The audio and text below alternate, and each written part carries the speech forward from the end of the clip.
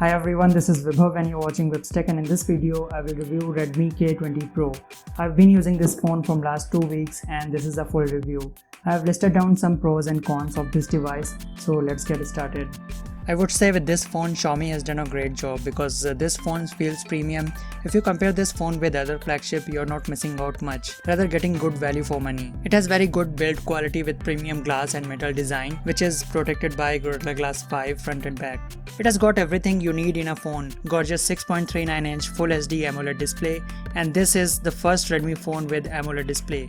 It has a Snapdragon 855 processor, 6GB RAM, 128GB storage, and the higher variant is 8GB RAM, 256GB storage.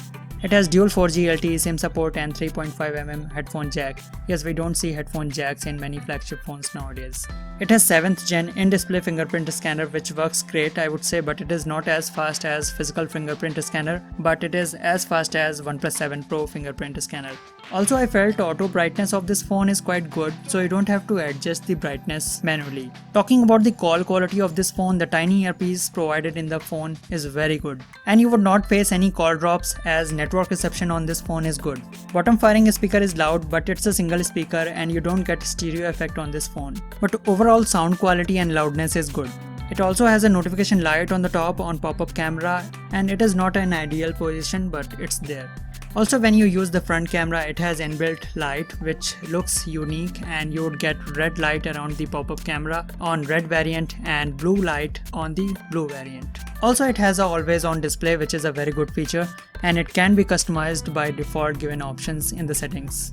As you know, it has 3.5mm audio jack with hi-fi DAC audio playback, so if you are using high-end headphones, you will feel the difference. Gaming performance on this phone is on par, as obviously it has latest and greatest chipset inside with the Snapdragon 855 and 6GB or 8GB RAM. Phone is fast and you will not experience any lag or hiccups even while gaming. When it comes to battery life on this phone is super impressive. It has 4000 mAh battery and you can get up to 2 days battery life if you are a regular user. And even if you are a heavy user, it will last for an entire day. Now I'm coming to the main highlight of this phone. Yes, the triple rear camera. The main camera here is 48 megapixel Sony IMX586 sensor with large 1.6 micron 4-in-1 pixels with 1.75 aperture. Second camera is 8 megapixel telephoto lens with 2x optical zoom with f2.4 aperture. And the third camera is 13 megapixel 124.8 degree wide angle lens with f2.4 aperture. It has many features like triple camera zoom with 2x optical zoom and 10x digital zoom.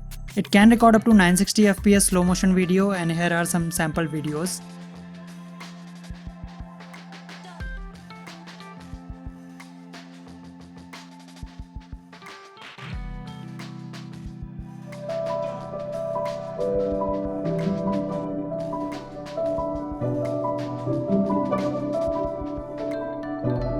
This is the video sample of 1080p 30 fps, and you can see the stabilization.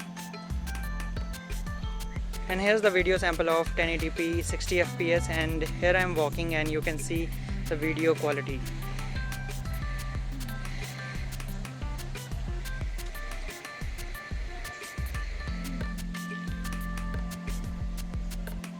And this is the sample for 4K 60 fps, and I'm walking here and you can see the video is quite stable at 4K as well. This is the sample of 4K 30 fps, and you can see the stabilization. Here I am walking and the audio is recording via internal mic. These are some camera samples, and by looking at these photos you will have idea how is the camera performance of Redmi K20 Pro.